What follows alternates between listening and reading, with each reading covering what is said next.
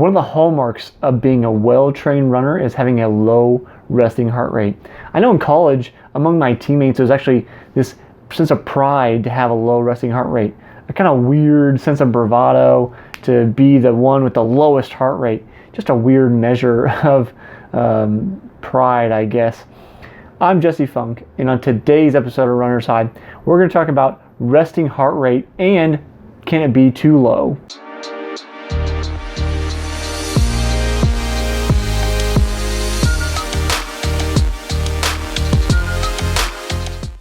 So when we're talking about resting heart rate, we want to know what are the average parameters for most people. And there's actually a pretty big range here. Typically, a resting heart rate between 60 and 100 beats per minute is considered normal for the average person. But you know, as a runner, that doesn't necessarily apply to you. Anything below 60 is termed as low, or bradycardia. That's the kind of medical term for a low heart rate. If you've had the unpleasant experience of being in a hospital and you are a runner with a low heart rate, then you know about the constant beep of the machines that are monitoring you, saying your heart rate is too low and how painfully annoying that is. And at the same time, you get the doctor saying, well, it's no big deal, you're a runner, this happens, and you get to continue to listen to the beep anyway.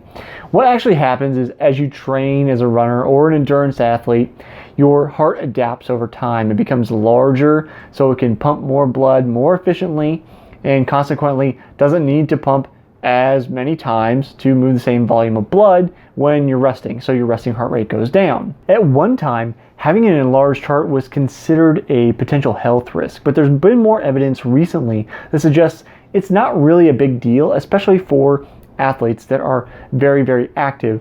It's also important to note that if you stop training, you just stop, you're not doing anything, maybe you have a rest week, maybe you get injured, whatever it is, your heart will actually get smaller and come back down to normal size. So it isn't necessarily an irreversible state. It is a trained state so that you can adapt to the work that you're doing as an athlete. The short and sweet version of this answer is if your heart rate is below 60, it probably isn't a big deal. If you're experiencing any kind of weird symptoms, dizziness, lightheadedness, fainting, obviously go see your doctor.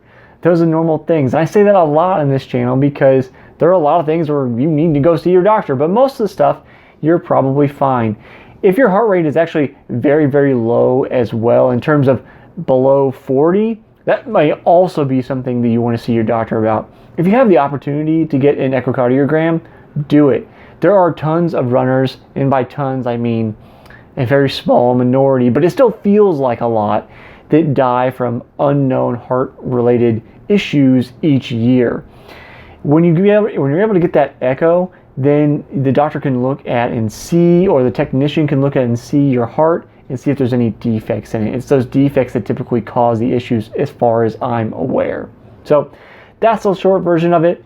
Probably not an issue to have too low of a heart rate, but it's always good if you have any weird symptoms to get them checked out. So what is your heart rate? Let me know down in the comments below. We'll see who has the lowest heart rate, or at least who can type the smallest numbers. I'll see you next time on the next episode of Runner's High.